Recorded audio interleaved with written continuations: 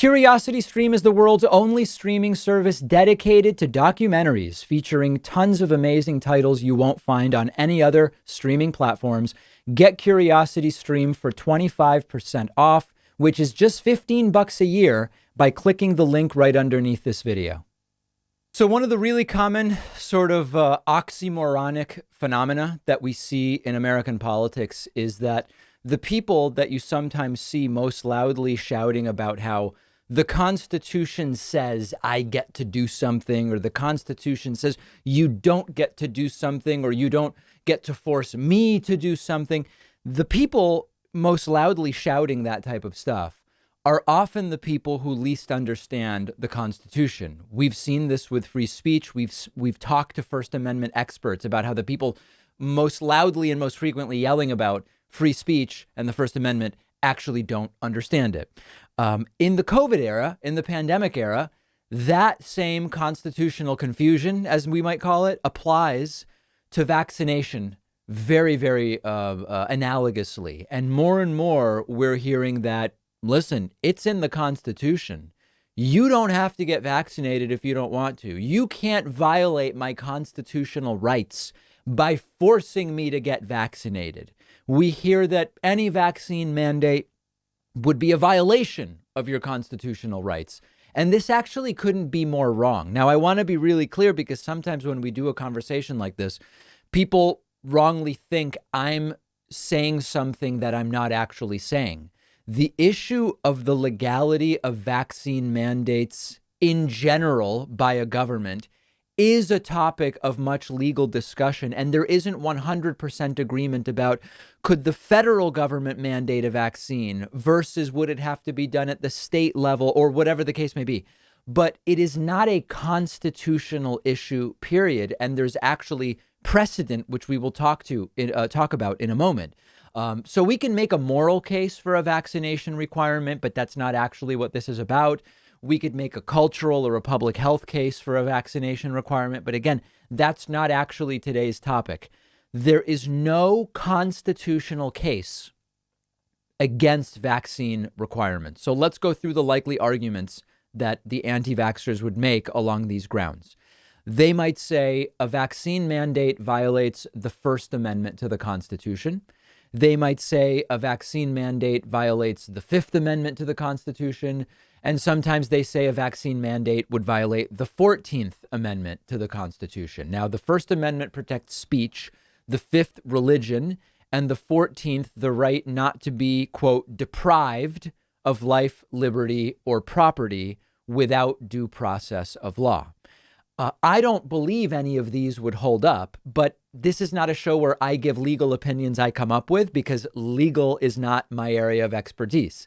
My assessment is just, what do the legal opinions say about exactly this issue? And I've told you before that in the early 20th century, there was a legal controversy over vaccine mandates, not dissimilar to the one we're seeing today.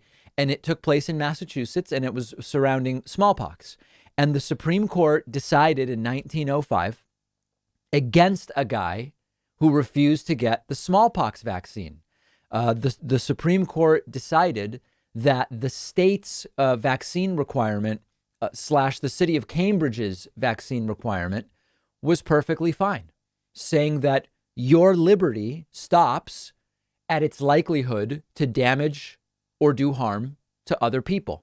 So it's actually a relatively simple concept, even in libertarian circles, sane libertarian circles. This is the case of Jacobson v. Massachusetts. You can Google the case. There's a very simple wiki article explaining what it's all about. So there is Supreme Court precedent for enforcing vaccine mandates. That ruling from 1905 has been referenced repeatedly, even in the COVID era, by the Supreme Court. When vaccine requirements have been upheld, this 1905 case has been referenced. Now, in terms of speech generally, the government can prohibit behavior that is generally protected by the First Amendment if it is demonstrably to save lives, to preserve life. And the infamous kind of prototypical example is the government can ban yelling fire in a crowded theater even though speaking and saying the word fire generally is protected speech. Speaking is protected speech. But this is a case where the government can actually say, you can't do that. And people might say, but sir, that's my free speech. That goes beyond free speech. It goes into public safety. And the fact that yelling fire in a crowded theater is likely, much like a ton of people refusing to get vaccinated, to have a predictable, deleterious, harmful effect on public health and on people.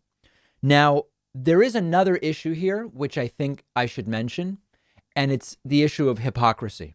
There is almost always hypocrisy from these right wingers. My body, my choice on the vaccine. Same with a woman's right to choose, right? No, no. That should be illegal. Wait a second. What? That's a double standard. And we'll talk tomorrow about what's going on with the Texas abortion law. And here, with the case of the vaccines, many of those opposing the vaccine mandates because it's government overreach had no problem with the Patriot Act, NDAA, mass surveillance, etc. The same people who have been fighting for decades for businesses to have all the power and the employees to have none suddenly want to take away the right of a business to say, hey, our business decision is that our employees have to be vaccinated. Our business decision, which conservatives have said for decades we should be able to make decisions that are best for us. Our decision is customers must be vaccinated. All of a sudden now they're against that. So yes, they're pathetic. Yes, they are hypocrites, but they're also wrong on the facts. And that's a unique combination: pathetic, hypocritical, and wrong on the facts. And on the constitutionality of vaccination mandates, you do not have a constitutional right not to get vaccinated. The details of vaccine mandates, if we see them, are going to be adjudicated, and we'll handle them one by one. But that blanket, it's almost used like a cudgel. That's a violation of the Constitution. Really? Which part of the Constitution or Bill of Rights? And the arguments very, very quickly fall apart. We'll have more on this, as I assume, I expect maybe is a better way to say it. I expect that there will be more legal decisions about vaccination requirements and mandates upcoming. As we continue to follow Joe Biden's approval rating decline recently and his accomplishments, and as we continue to close in on the start of the 2022 midterm election, it's hard to deny that the biggest political question in terms of the next 6 to 7 years of American politics is the question of whether Donald Trump will run for president in 2024. We can pretend that there are other bigger questions because we would like to believe that the question of Trump is over, but it's not the case. Trump won under unusual political circumstances in 2016 and then lost under a relatively rare situation in 2020 where an incumbent president loses re-election. That's not a common thing. It happened 8 or 10 times in American politics, but typically when presidents run for re-election, they win. Trump's base seems as committed as ever to him. He's been doing rallies. He says he's going to soon be doing rallies in key election states like Iowa. And over the weekend, we heard from not one, but two Trump insiders, his former strategist, Jason Miller, and perpetual brown-nosing Republican Congressman Trump suck-up, Jim Jordan. We heard from both of them. Trump is almost certainly running in 2024. And Jim Jordan even saying he's about to announce any day.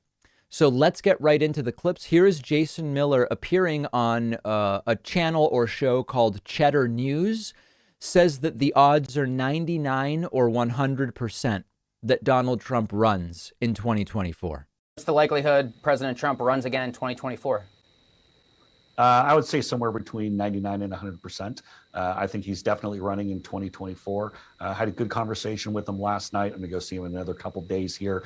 He has not said the magical words to me, but if you talk to him for a few minutes, it's pretty clear that he's running. And I think just what we've seen unfold in Afghanistan recently has really just emboldened that. So that's Jason Miller. And then Congressman Jim Jordan says Trump is, quote, about ready to announce. This is video once again from Lauren Windsor. She's been doing great work. In this video, Lauren pretends to be a Republican. And check out what Jim Jordan says, and we're going to have it from two angles for you here. We're big fans of everything you're doing. Thank you. Yeah. Definitely. President Trump said he's going to run again. You think so? I know so. I talked to him yesterday. He's about ready to announce after all this craziness in Afghanistan. Thank God. Yeah, like Biden should. Yeah, he said. Part of my friend. No, he said he's really bad. Really bad. So, well, thank you for coming. Thanks a lot. Yeah. We're big fans of everything you're doing. President Trump said he's going to run again. You think so? I know so. Okay. I talked to him yesterday. He's about ready to announce after all this craziness in Afghanistan. Thank God. Yeah, like Biden should. Yeah, he said. Part of my friend. Yeah, he said he's really bad. Really bad. So, Okay, well, I want to know. well, thank you for coming. Thanks a lot. So Jordan says Trump's going to run again. I know it. I just talked to him yesterday. He's about ready to announce. Now, they could both be wrong. They could both be knowingly lying because there's been a decision made that it's good strategy for someone to claim that Donald Trump is running or likely running even when he isn't. I don't know. But more and more things are pointing that way for sure. Now, as I've said before, I know that this is horrifying in terms of what it means for the country. But if Donald Trump does run and is the Republican nominee in 2024, he has a really good shot at winning based on what's going on today.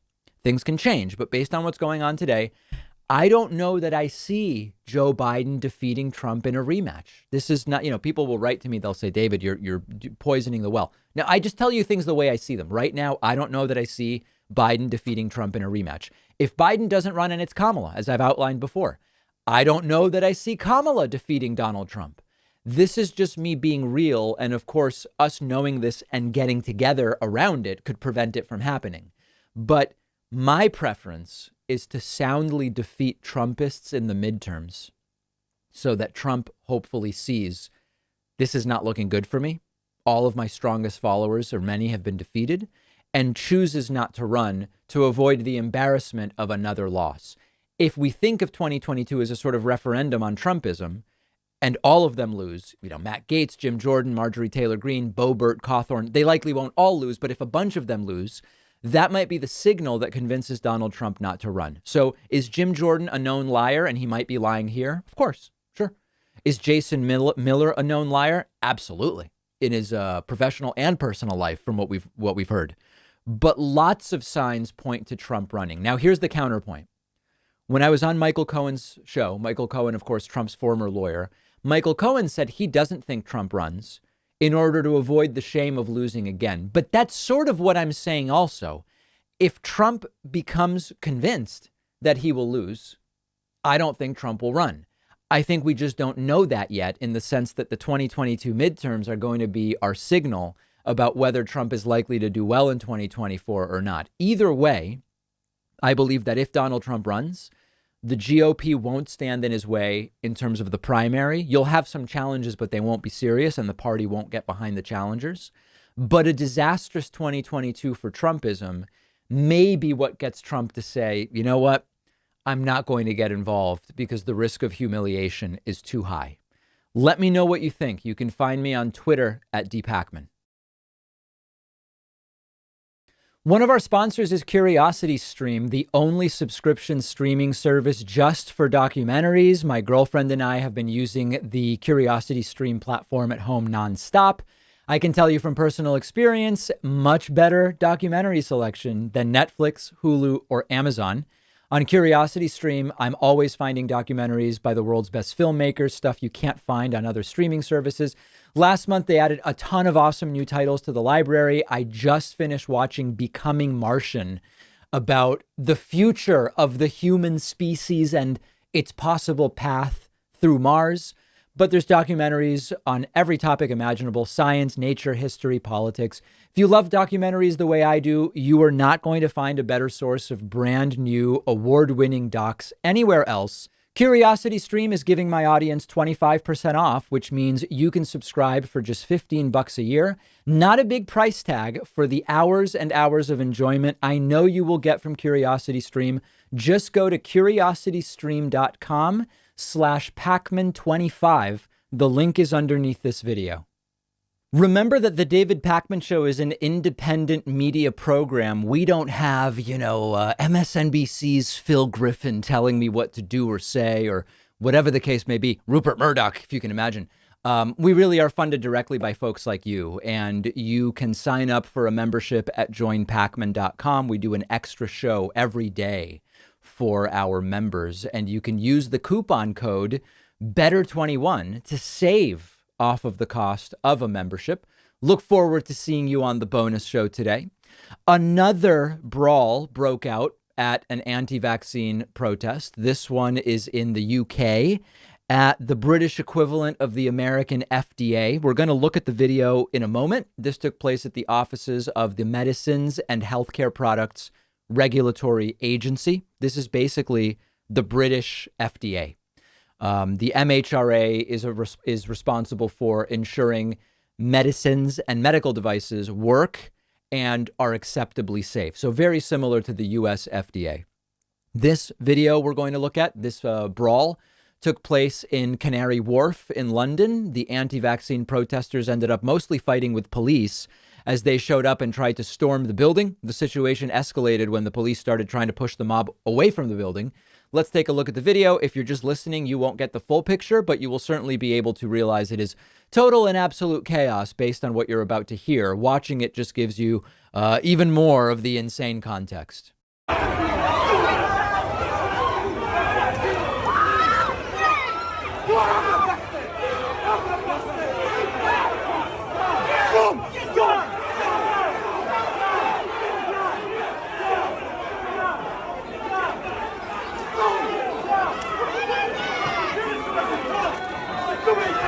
This really is like a cult of sorts. And the latest I read is that 4 police officers were hurt.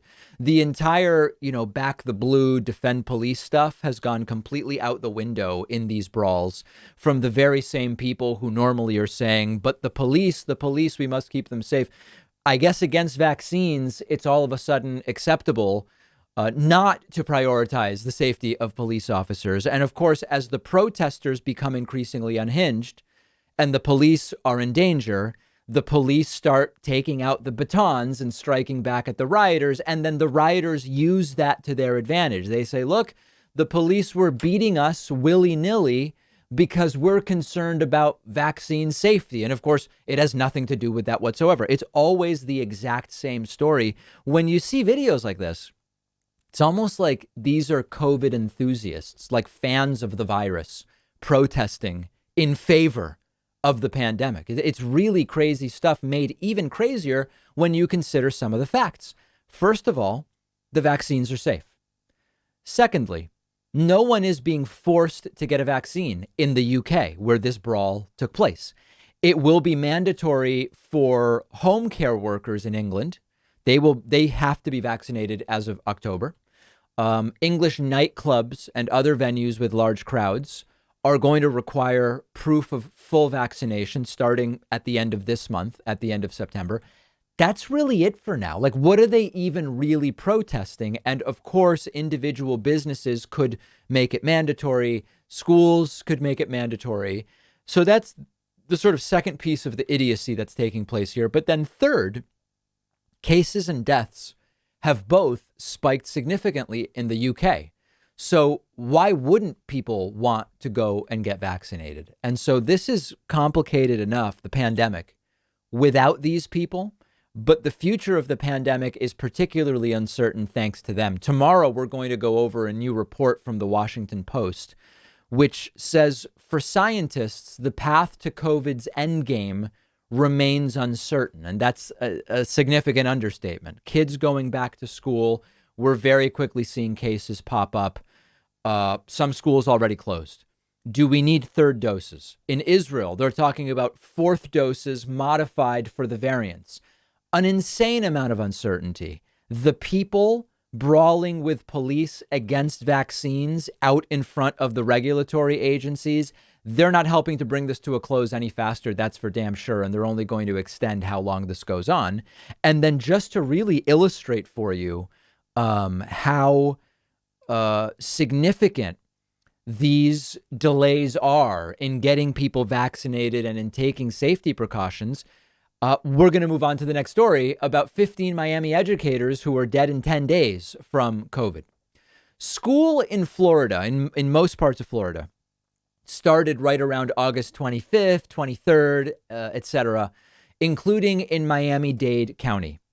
15 educators are already dead in the first 10 days. Now, importantly, we're not saying they all caught it at school. In fact, some of them probably caught it before school started. But these are not particularly auspicious numbers for the entire school year. Here's a report from NBC 6 in Miami-Dade County. 15 staffers of the Miami-Dade County Public School District have died from COVID in the past 10 days. Sonia Diaz, a spokesperson for several unions, confirmed the number of deaths to NBC6. One of the educators that lost their life to COVID was Abe Coleman, a teacher for more than 30 years. Coleman was also a mentor and site director for the 5,000 Role Models of Excellence program. He helped shape the lives of hundreds of young men over the years in the organization that mentors minority men. On Tuesday, Coleman lost his life to COVID at the age of 55. 55. Officials haven't released the identities of the other teachers or staff members, and a Miami-Dade County Public School spokesperson said the district doesn't release the cause of death for employees or students. This is a disaster on so many levels. First of all, you've got Ron DeSantis in Florida saying no masks in schools, no mask mandates in schools. Many schools are just straight up going against Ron DeSantis and saying we're wearing masks in schools. On a practical level, what's worse for school kids, wearing a mask or the trauma of their teacher dying? Think about that for a second. I'm trying to think back. If a teacher of mine, I liked basically all my teachers in elementary school, and the class was close to many of these teachers. If a teacher of mine had died during the school year, it's hard to imagine actually what that would have done. I remember when one teacher was out for a month with heart issues and we had a substitute, and it was really stressful for the class. I remember when a different teacher, I think it was in 7th grade, fainted and EMTs came in. It was really stressful. And here we're talking about 15 educators, some of them teachers, just dying during the first 10 days of the school year. And the alternative, of course, is not that it would have prevented every death. Some of these teachers got it outside of school. But when you see this seriously happening, how do you say, well, let's just not wear masks? The masks really aren't a big deal for these kids. So tomorrow we'll get into in more detail what really seems to be an uncertain future for this pandemic. And we'll get into the details of why, but not a good start. My sister was telling me on day 2, someone tested positive at her school. She's a senior in high school. And maybe the details don't really matter, but the point is, it's hard to imagine this is going to go particularly smoothly. And if schools aren't even requiring the kids wear masks, it's going to go even worse. We'll have more coverage of this on our Instagram. Find us at David Pakman Show. Find me on Instagram at david.pakman. Don't forget that the best way to support the David Pakman Show is by becoming a member, which gives you access to the daily bonus show, the regular show with no commercials. You also get access to our entire archive of every episode dating back a really long time, and plenty of other awesome membership perks. Go to joinpakman.com and use the coupon code BETTER21 for a huge discount. Joinpakman.com. It's great to welcome back to the program Thom Hartmann, who is, of course, host of the Thom Hartmann program, author of the Hidden History series. The latest installment is The Hidden History of American Healthcare, Why Sickness Bankrupts You and Makes Others Insanely Rich. Great to have you back on, Thom. Thank you, David. It's great to be here. So I've talked about this a little bit before. Wendell Potter has written about this particular thing I'm going to ask you about. Uwe Reinhardt, in his last book, wrote about it. There was a point in time in the U.S. in the early 20th century where it was sort of looking like we may be going in the direction of, if not a straight out single payer system, something much more like what Germany and some other European countries have. And that was short circuited. And there are important political and historical stories to be told about that. To pick that maybe as our entry point, what happened during that time that derailed that path for the United States? Which are you talking about? Teddy Roosevelt, 1912? Right. Wait, I should clarify because there's more than one. Yes. So Roosevelt in 12 and the period between World War I and World War II was relevant. I mean, feel free to jump in wherever makes sense to start the story. Yeah. Well, we've had multiple American presidents suggest this, and it has. And it's not like we didn't have a role model. I mean, Germany got this in 1884, and it was from Otto von Bismarck, who was no flaming liberal. He saw it as a way of strengthening Germany and building industrial policy and mollifying the masses. For a whole bunch of his own reasons that were ultimately good for the country as well. And we've had a number of politicians who have tried to bring it about. The thing that blew it up back then, which is quite different from what's blowing it up right now, or somewhat different, was Frederick Hoffman and the Prudential Insurance Company or what was then the Prudential Insurance Company, and this whole program called scientific racism that even President Woodrow Wilson, the Democrat, had bought into, as well as pretty much everybody else, and that really started in the 1790s when Hoffman came over here from Germany. He was a young man, married a Southern belle down in Georgia.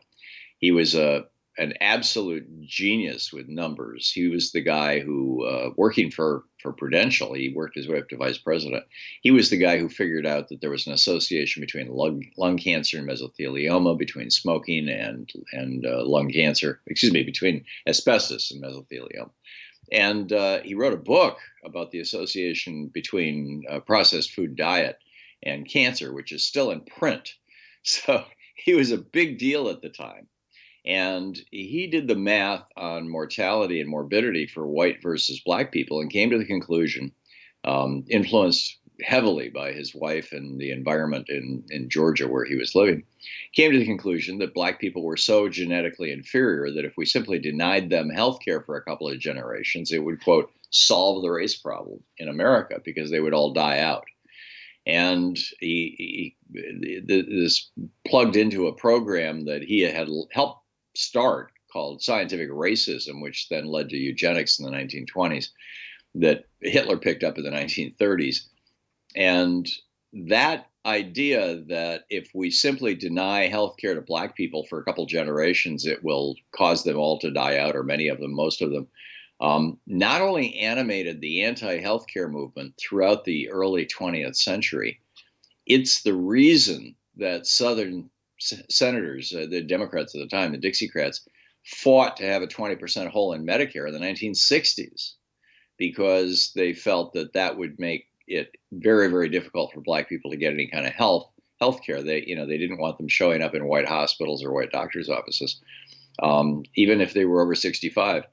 And that was the shtick.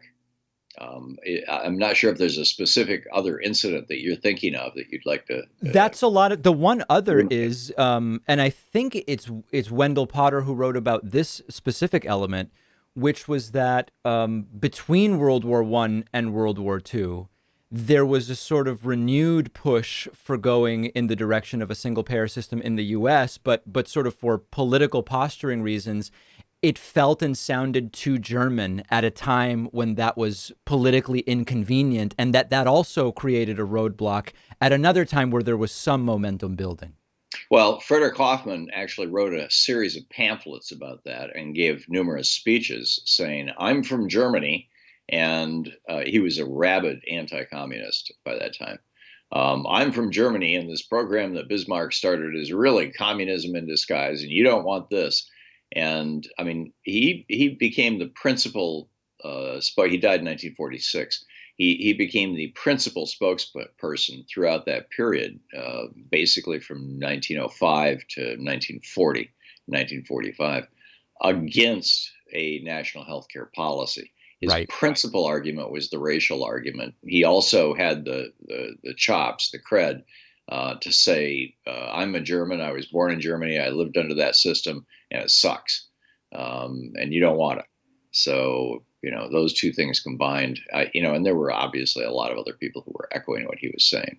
When you think about the situation now that we have with healthcare in the United States, in terms of it as a for-profit system, in terms of a system that is contained within states, do you have a sense that the most radical change, to use that term not pejoratively, but the most drastic change is likely to come from within individual states that want to try different things? Or do you believe that the most radical change is likely to come from the federal level down?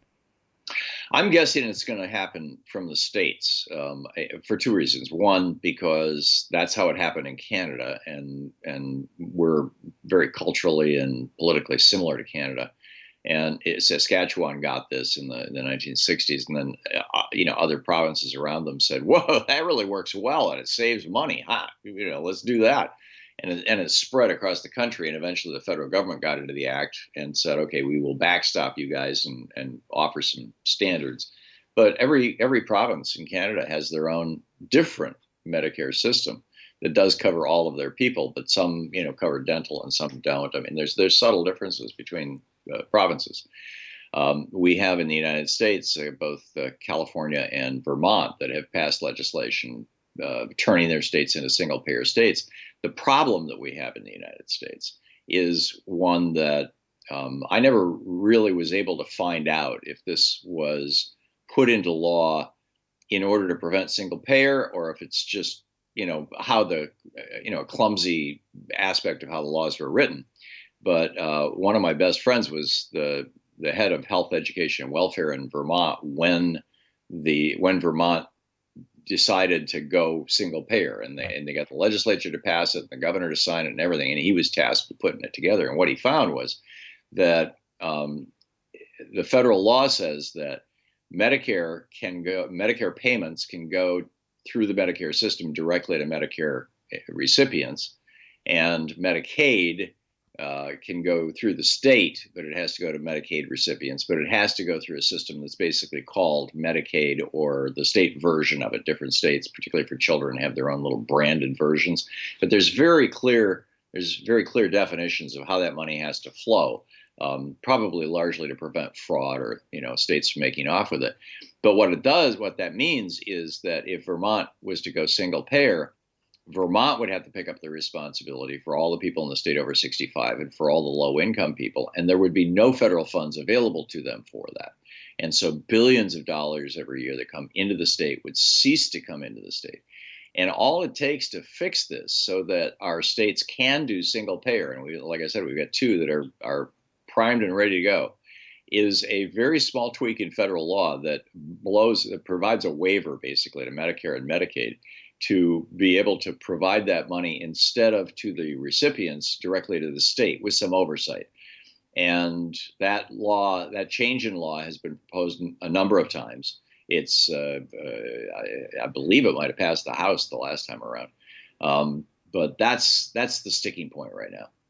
Sometimes I'll hear different versions of the following argument as to why a system that works in a country with 5 million people would not work in a country of 330 million people. And it's some version of, and I'm sure you've heard this, because the United States has so many more people or so much more diversity in the types of people, you can't expect something that works in Norway to work in the United States. Now, from like a purely actuarial perspective, in general, the bigger your risk pool, the more predictable your expenses are going to be. So mathematically, I don't really understand that argument. What are the reasons why that's not a very good argument against such a system in the United States? Well, let me boil that argument down for you, David. It's essentially the same argument that John Stennis was making, the Southern Democrats were making in the 1960s about why we needed to have a 20% hole in Medicaid. And basically what it is Norway doesn't have a lot of black people. Right. That's what they mean by different types of people. That's exactly what they mean. Yeah. Wow. And is there, I mean, this has been looked at. In general, is it right to say that a much bigger risk pool overall makes for more predictable actuarial? The larger the country, the more efficient and effective their single payer system would be. And I mean, the countries that have done it so far and done it well, Germany, I think, has 53 million people. France is in the neighborhood of 40. I mean, it's been a long time. High school geography here. Yeah. But the UK is, I don't even want to guess what the UK is. But none of these countries are 350 million people, but the entire European Union is 850 million people. And to the best of my knowledge, every country in the European Union has some form of a national healthcare system. The one exception being Switzerland, which mandates everyone to buy insurance, requires the health insurance companies to be not-for-profits and the hospitals, and will pay your insurance for you if you can't afford it. So it's functionally the same thing, but their system is a little more of a kludge, and as a result, they have the second most expensive system in the developed world, behind us. But it's still not even close to us. It's we're way up here in terms of what we pay, and then Switzerland, and then all the other countries down here. Yeah, on that note, sometimes I will tell my audience about how different countries in Europe have different systems. And for example, Germany's system is not what we imagine Medicare for all would be. There's a combination, and sometimes people are combining what the government offers with some nonprofit supplemental. France has a different system as well. I'm sort of agnostic in terms of exactly how it's set up if we get to universality and affordability for everybody. Do you think that it's a good thing to be open to looking at the different ways in which different European, and actually Singapore has a different system as well, that's probably worth looking at as well? Or do you think that it really has to be Medicare for all as envisioned by a contingent of those in the Democratic Party? If you want to look at a country where it really works the best in the world, and there's no debate about this, look at Taiwan. Okay. Taiwan has a pure single payer system, and because of that, they have a national medical database. And because of that, they were on January 21st, the day after we got our first COVID case, a year ago, January. Mm-hmm. They got their first, the day after they got their first COVID case, and they were able to use that system to do contact tracing and testing, and kept their death rate for the entire year of COVID, the first year of COVID, kept it below 200 people, while Donald Trump let 500,000 Americans die. That's a system that works really well. I lived in Germany in the 1980s when their healthcare system was still largely 99% really just a single payer system. What happened, and the reason why you're seeing all this so-called diversity, David, is that in the 80s, there was this major project launched. It really was launched in 1978 by Margaret Thatcher in the UK. But by the 80s, it had become a whole new governing paradigm that is sometimes referred to as neoliberalism. And its core tenet is that government can't do anything right. As Reagan said in 1980, January 20th of 81, when he was inaugurated, government is not the problem. Government is the cause of the problem. It's not the solution to the problem. And so as country after country adopted what are called neoliberal reforms, and as the EU began to incorporate neoliberal policies into their charter that required countries, for example, not exceed 3% of debt of GDP debt, of 3% of debt relative to GDP in any given year, et cetera. The stuff that just brought Greece to its knees during the crash in 2009. As that happened, more and more countries started, one of the biggest pieces of neoliberalism, of course, is privatizing government functions on the assumption government can't do anything right. It's why more than half of our power and water in the United States is now provided by for-profit companies, and which is also why, California burned and 83 people died in the Paradise Fire, which PG&E was convicted of, and why the high tension lines down south going to New Orleans never got buried. because they have to pay their stockholders. But anyhow, that neoliberal infection was caught by a number of European countries, most notably France and Germany. And the UK, I think, to a large part, succeeded in pushing it away, which is kind of ironic because so much of this started with Maggie Thatcher. But that's what you're looking at. You're looking at experiments in bringing more and more so-called free market stuff into healthcare, and many of them are just not working well at all. Yes, that is an understatement to say the least. We've been talking about Thom Hartmann's latest book, The Hidden History of American Healthcare, Why Sickness Bankrupts You and Makes Others Insanely Rich. Thom, I really appreciate you being on. Of course, there's this whole other side of the book about the medical bankruptcy and the profitability, which we should take up at another opportunity. But I really appreciate you being on. Thank you, David. Thanks so much for having me. If you value what we do at The David Pakman Show, remember to support us on Patreon. Go to patreon.com/David Pakman Show, where you can get access to behind the scenes videos, the daily bonus show, the commercial-free daily show, as well as special discounts on merch, including hats, hoodies, mugs, and t-shirts. You can support the show for as little as $2 a month.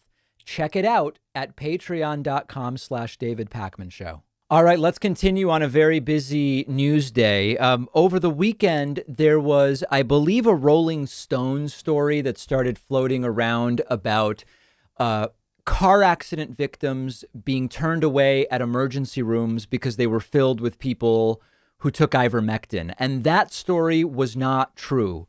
But because of that confusion, there is now another story that is a real story that relates to statements made by the Kansas Department of Health and the Environment that some people are not taking seriously, which is a real story. KDHE, this is a press release from the Kansas Department of Health and the Environment. Okay. This is from a few days ago. KDHE urges Kansans not to take ivermectin for COVID-19. With a rise in calls to poison control centers and visits to ERs, the Kansas Department of Health and Environment is urging Kansans not to take the drug ivermectin unless prescribed by a physician, then take it exactly as prescribed. This drug is not approved or authorized by the FDA to treat or prevent COVID. Ivermectin has been approved in humans to treat specific skin conditions like rosacea, head lice, or some parasitic worms. Ivermectin is used in livestock as an anti-parasite medicine and can be found in livestock supply centers. Livestock drugs are highly concentrated for large animals and can be highly toxic in humans. Can you believe that this is a statement being put out by a state health agency in the United States in 2021? The statement goes on to say, Kansans, this is a quote from Lee Norman, Dr. Lee Norman, secretary of KDHE. Kansans should avoid taking medications intended for animals and should only take ivermectin as prescribed by their physician. These highly concentrated doses can cause severe illness and even death in humans. The COVID vaccine remains the most effective way to prevent COVID. An ivermectin overdose includes GI symptoms such as nausea, vomiting, and diarrhea. Overdoses are associated with hypotension, meaning very low blood pressure, and neurologic effects such as decreased consciousness, confusion, hallucinations, seizures, coma, and death. Ivermectin may intensify the effects of other drugs that cause central nervous system depression, such as benzos and barbiturates. The COVID vaccine is the safest, most effective way to prevent getting sick and protect against severe disease. I mean, it's almost like satire. It's unbelievable that this is going on. They also put out a tweet saying something very similar. Kansans should not take the drug ivermectin unless prescribed by a physician, then take it exactly as prescribed. Ivermectin is not approved or authorized by the FDA to treat or prevent COVID. What's really nuts to me is saying, I won't wear a mask. I won't take an FDA-approved vaccine, as the Pfizer vaccine now is, but I'll take something I bought from a vet absent any data that this is good for COVID in humans. Or in some cases, there are some doctors who will prescribe you ivermectin for COVID. Or I'll take something that is an off-label use, and off-label use can sometimes be okay, but that has not been shown to actually work for COVID. They're saying, I won't trust actual medical research on what does and doesn't work, but I'll trust my so-called research on ivermectin. And they defend this practice saying, you know, the WHO lists ivermectin as an essential medication. It's been around a long time. It's really cheap, and so they aren't making money on it. So that's why it's not being prescribed. But then when asked for the data about it being effective for COVID, they produce either nothing or they produce the occasional link to the retracted study with Egyptian data where ivermectin was tested with no placebo group. So I think there's a couple of important things to understand. Number one, it is dystopianly horrible. We are in an idiocracy that the Kansas Department of Health has to put out such a statement. Hey, you know what? When you get medications meant for animals, even if it's a medication that humans sometimes use, the animal concentration is for animals. It's not for humans. That is a serious statement put out by the Kansas Department of Health. And ultimately, if people haven't reasoned their way into a belief, it's very difficult to reason their way out of it unless you make them understand they didn't reason their way in. And that means a Socratic method of questioning where you say to people, how did you determine that this works for COVID, right? What evidence would change your mind about that? First, you have to get them to realize the way they got into the belief isn't very sensible in order to expand their or open them to the idea that they could change their view. And unfortunately, we're going to keep talking about ivermectin in this next segment. So I'm going to show you something today, which is notable because it's a total scam on two levels. This is sort of rare. Alex Jones still has a show, conspiracy theorist Alex Jones.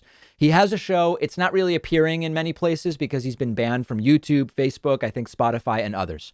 InfoWars conspiracy theorist Alex Jones had a complete and total meltdown over ivermectin. Okay. In the segment, Alex Jones purports to take ivermectin for his audience to prove to them it's safe and it's great. Now, there are two scams here, and I'm not going to say either is more important to understand than the other. Both are really important to understand. The first scam is that Alex Jones doing this means anything about the safety or efficacy of ivermectin for COVID.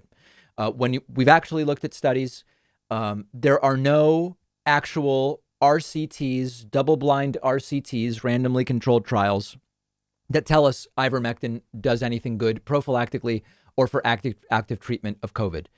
You look at Joe Rogan, who took ivermectin and 6 other things for something from which most people recover anyway, right? I mean, doesn't mean we don't take it seriously, but most people recover. And you see that he took ivermectin and azithromycin and monoclonal antibodies, all these different things. That's not anything. That's nothing. That doesn't tell us anything. When you look at actual studies, the study people tend to point to on ivermectin is an Egyptian study where there was ivermectin versus hydroxychloroquine, no placebo group. It's not rigorous. It's simply not rigorous. So Alex Jones taking ivermectin on his show doesn't actually tell us anything. Second part is it actually sort of looks like Alex Jones only pretends to take the pills and actually drops it under his desk and doesn't even take the pill. So it may be a scam on that level as well. So let's start looking at the video and see what we can make of it. I would get the kids out of the room for this one. That's a disclaimer. Let's go. Care, people. Overhead shot, please. You know what this is? This is ivermectin for humans that won a Nobel Prize as an antiviral. And this is inhalable, or these are the tablets, steroids. So let me show you. Okay, so let's stop right there. First of all, the steroid. Why would you take a steroid unless you need it? Steroids are not prophylactic for viruses. Steroids reduce inflammation, which is why sometimes they're given. We were looking at dexamethasone when people have real lung compromise. You give dexamethasone to reduce the inflammation and maybe allow the lungs to heal. But steroids suppress the immune system and they can actually extend how long it takes to clear the virus. So why you would randomly take a steroid unless you're sick and it's been prescribed? Steroids have so many side effects from a mental health standpoint. They can cause mania, panic attacks, insomnia. It's crazy, right? The whole prednisone is one of the things Rogan took, and that's why it's here. But I think Alex Jones mostly focuses in on the ivermectin. So let's continue. I was going to do this anyways earlier. See this? Watch closely. See this, Fauci? You see this, Bill Gates? I'm going to kill those prions, you bastard murderers. Going to hit me with a bioweapon, you monster. You want to suppress me? You want to kill me, you son of a bitch? You goddamn demon? You think I'm easy to kill? Think I'm going to roll over to your crap? So listen, I've looked at this a few times. It does look to me like when Alex Jones is making a big to-do of grabbing his water or beer or whatever he's using to slug this. It looks like he sort of just drops the pill under his desk. I don't know. We'll look at it one more time and continue. I think the point is whether he really took it or not, it doesn't actually change anything about ivermectin.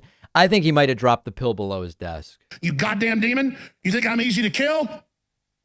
Think I'm going to roll over to your crap? No. No. And Joe Rogan kicked your murdering ass too. You'd love to bury him too, you little monster maggot. He's in this National Geographic piece about, oh, I don't usually deal with my enemies right away. I get them later. Yeah, you creep up on with a poison injection, dressed up in a lab coat, you little Joseph Mengele, Nuremberg Code violating monster. So these are analogies to Nazi experimenters in terms of public health officials right now. You damn monster. Yeah, I don't know that he's really taken the pills. See our little cancer proteins like that. Nobel Prize winning for humans. Nobel Prize winning for humans. Nobel Prize winning for humans. Nobel Prize winning for humans. So here he's actually having what appears to be a psychotic break. Nobel Prize winning for humans. What, 2005? Nobel Prize winning for humans. Oh, Joe Rogan. He went and drank the horse paste. He's stupid. I bet he got it from Alex Jones. They're both so dumb. They're both going to be dead. Yeah, that's why Joe's worth like $300 million. Yeah, he's real stupid.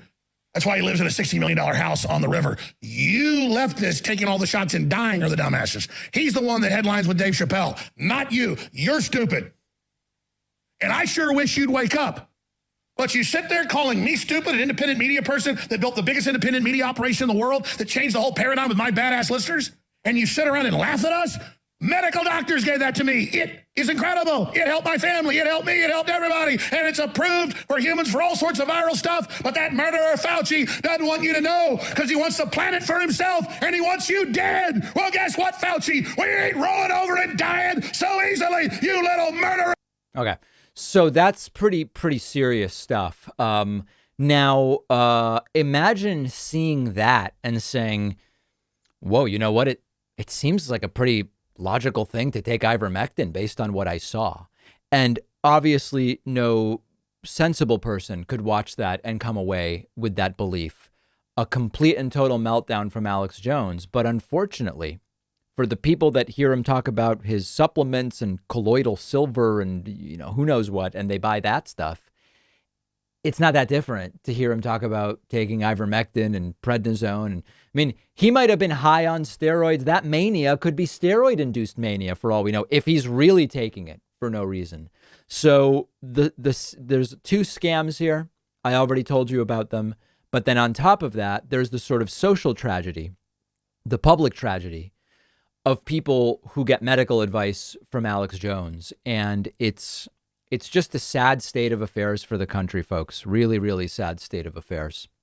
Let's go to the voicemails. You can call me anytime, and many do call at very strange times during which I'm typically sleeping, at 219-2-DAVID-P. I do have 600 voicemails to triage from the long weekend. I'm working on it. But here is one asking about whether I speak an additional language. Take a listen to this. Hi, David. Hello, sir. I was wondering whether or not your family speaks Judeo-Español or Ladino. This is a dying Sephardic language. I myself am a Sephardic Jew. I was wondering whether or not your family, especially because they speak Spanish, is a family that speaks this. I'm the first in my family in 500 years to not speak it fluently.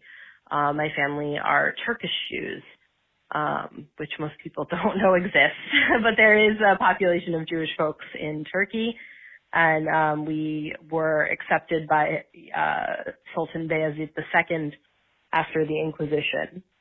He famously told Queen Isabella and King Ferdinand, what you consider to be garbage, we consider to be treasure. Whoa. And accepted my family. Okay. Yeah, no, my family is not Sephardic, and we do not speak Ladino or Judeo-Spanish. Being Ashkenazi and being born in Argentina, we just spoke Spanish. That's it. But a fascinating language. And I'm glad to give a list of the languages I don't speak. It would just be a very, very long list.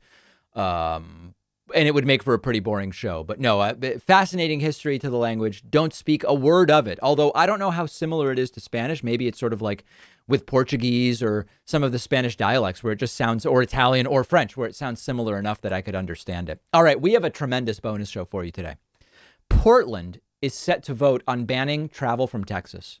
This would be sort of a retaliation to the new Texas abortion law. We'll talk about that on the bonus show. Number 2, a judge has ruled that an Ohio hospital cannot be forced to give patients ivermectin, period. And number 3, El Salvador has become sort of the first Bitcoin nation. They have now bought for as part of their national reserves, I guess is the word to use. They have bought, I think it's 200 Bitcoin. What does this mean? What are the pros and cons? Could we see more countries do it? Is this crazy? Does it make any sense? We will discuss that on today's bonus show. How do you access the bonus show? Very easy.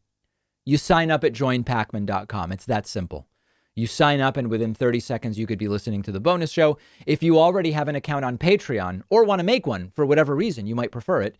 You can also access the bonus show by making a pledge at patreon.com/David Pakman Show of at least $5 a month. We will see everybody then, or if not, on tomorrow's show.